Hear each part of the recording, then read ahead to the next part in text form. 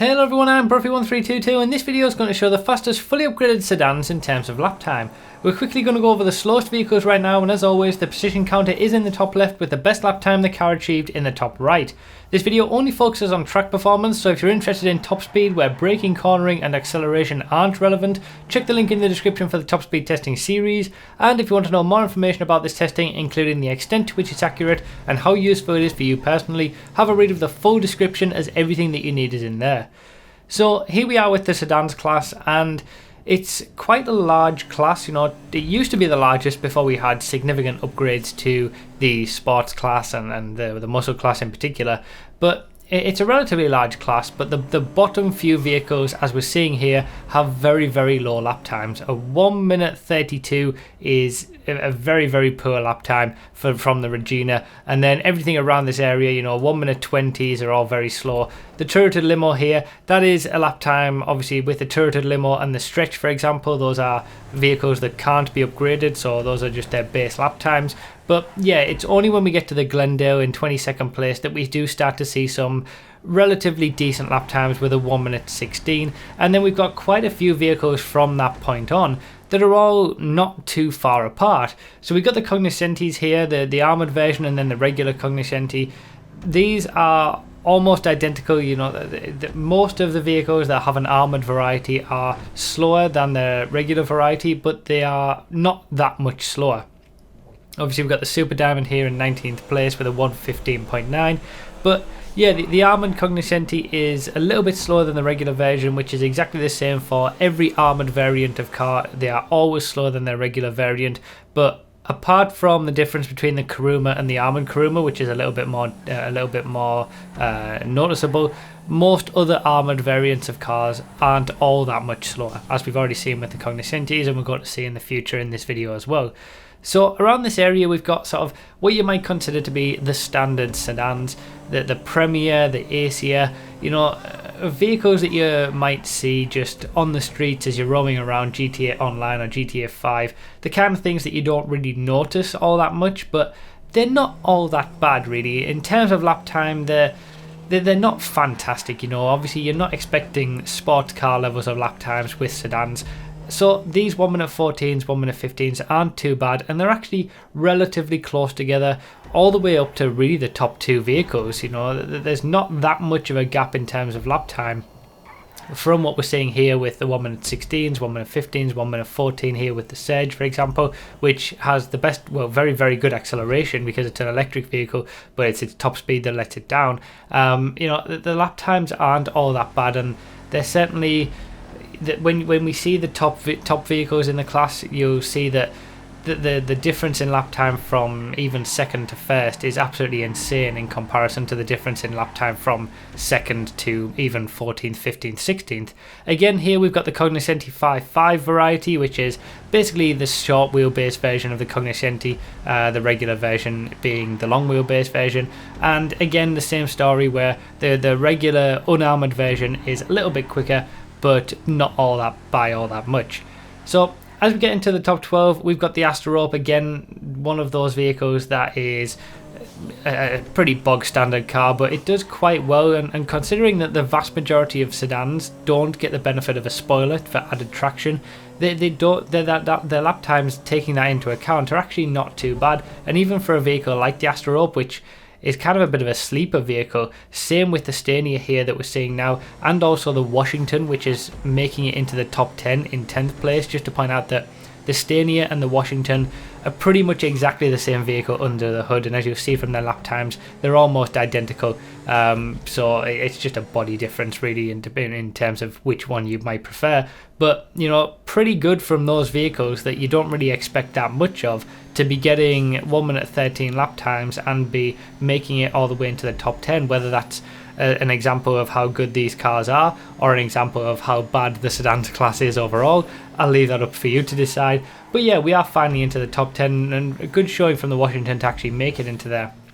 Now as we get into 9th place, we start to see some of the more higher end sedans. So the sedans that you might expect would be a little bit better than just the bog standard stuff that you see, starting with the Warrener here.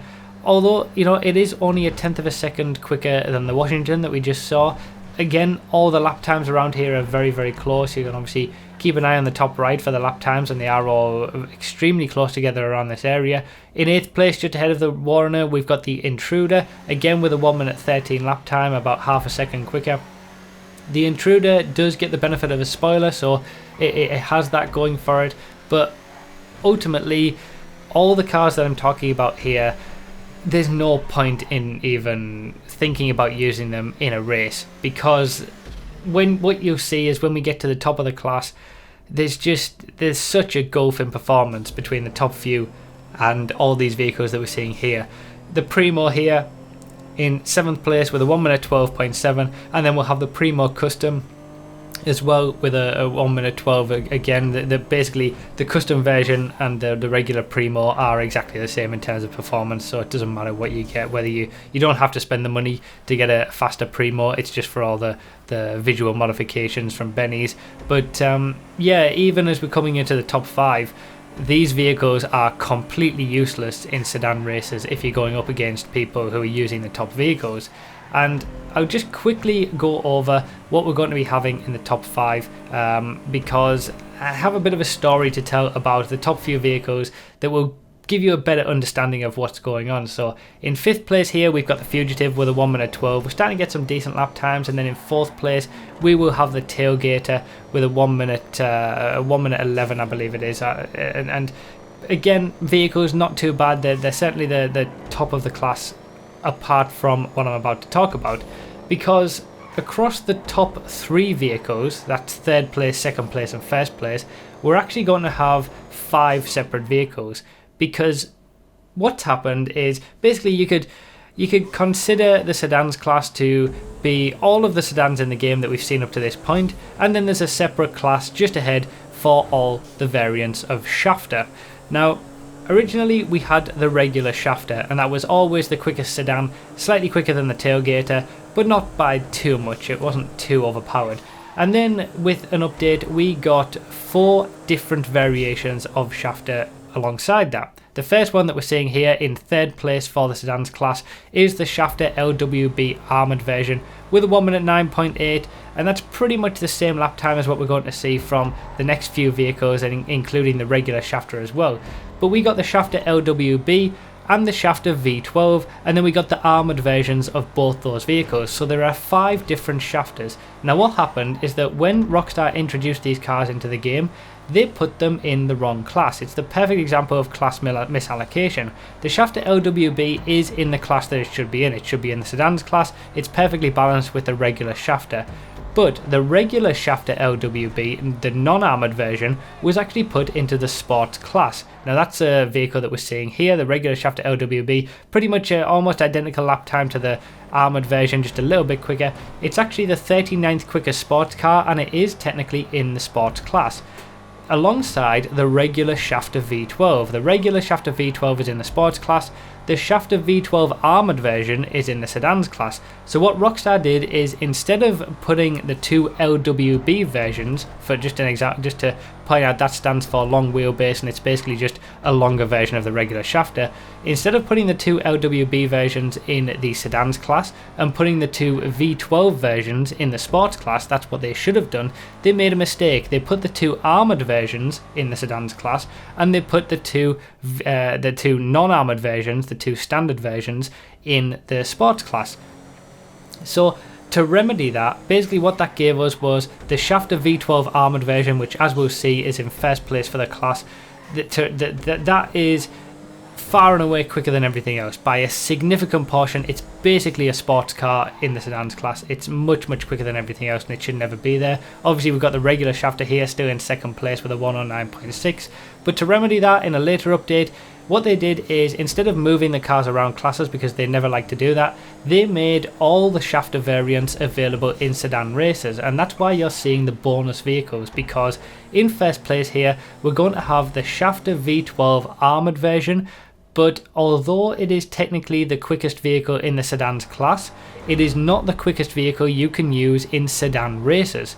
As you can see, a 105.2 from the Shafter V12 armoured version is much quicker than what we've seen. A good 4 seconds quicker than every other vehicle in the game. and this was the only vehicle that you could basically use in sedan races until they made a change to allow all the shafters in, including the regular V12, which we'll see after this lap's been done, as a bonus clip, and that's why you're seeing these bonus clips with the regular LWB and the regular V12, despite the fact that they are technically in the sports class. Although they're in the sports class, they are now usable in sedan races as well. So we've got this strange situation where the top two vehicles that are usable in sedan races, one of them is in the sedans class, one of them is in the sports class, but really both of them should have been in the sports class. You can see that because how well balanced the class is below these two vehicles. These two vehicles are so overpowered, and they are basically sports cars, and they would do quite well in the sports class. As we're seeing here from the regular shafter V12, it's only 1/10 of a second quicker than the armoured version, so there's not an awful lot to choose between them, but it is the 15th quickest sports car in the game, and it also has the highest top speed of any sports car in the game as well. So ultimately all you really need is a shafter V12, a regular version. You can have it as your sort of top speed vehicle for sports races because it has the highest top speed of any sports car, and then you can just use it in sedan races as well, and it will be the quickest. So the entire sedans class, apart from the shafter V12s, is useless. There's no the difference in lap time is very similar to the Sterling GT compared to the Z-Type, but back then with the Sterling GT in the Sports Classic class, the Sterling GT had a significant problem in its top speed. It didn't have a very good top speed, so there was some balance there. But the shafter V12 and the V12 armoured versions are so overpowered in terms of top speed as well, as we'll see from the top speed testing video tomorrow, that you don't need and you shouldn't use any other vehicle in this class, because you will lose if you're up against one of these. So yeah, we've got this horrible thing with the sedans class where we would have at least some competitiveness and some balance at the top of the class if the V12 versions were put into the sports class like they should have been. The regular V12 is in the right class in the sport class. The armoured version of the LWB is in the right class in the sedans class, and it's the two middle versions, the V12 armoured and the regular LWB, that unfortunately got misallocated and caused them to make this change later on to allow all the shafters available, when really we should have just had the V12 versions in the sports class and just had the LWB versions in the sedans class. And for everybody who wonders, what's going on with the shafters, why some are in sports, why some are in sedans, that is basically the explanation of it. They originally misallocated the shafters, the updated shafters, the LWBs and the V12s. They put them in the wrong class. Instead of putting the two V12s in the sports class, they put the two non-armoured versions in there. That made the V12 armoured version of the shafter the best in the sedans class, and then they had to sort of retroactively make all shafters available to at least give some option, but ultimately it's either you choose the V12 or the V12 armoured. Any other vehicle in the sedans class is completely useless, and as you can see from the comparison here, it's absolutely ridiculous in terms of first place to 28th, with a significant difference in lap time there from the Regina to the shafter. So yeah, the sedans class is a class of shafters really, and the shafters really have shafted the sedans class. It's such a shame, and that's a perfect example of class misallocation that the sort of Rockstar refused to change and go back on, and ultimately we're left with a class that there's only one vehicle that you can use, and because the other vehicle is just a variant of the original. So yeah, that is pretty much it for this video. I hope you guys enjoyed. I hope it cleared up a little bit on the whole shafter thing and what's going on with them. Like I said, the V12 and the LWB regular versions are still technically in the sports class. They are sports cars. You saw them in the original sports video a few weeks ago. But they are now usable in sedan races as well. So the shafter V12 armoured version, despite it being the quickest vehicle technically in the sedans class, it isn't the quickest vehicle that you can use in sedan races. That falls to the regular V12 now. So that's pretty much it. Obviously, remember to read the description for more info, comment with your thoughts, like the video if you enjoyed it, found it helpful, and subscribe for more. Thank you all so much for watching. I really do appreciate it, and I'll see you next time.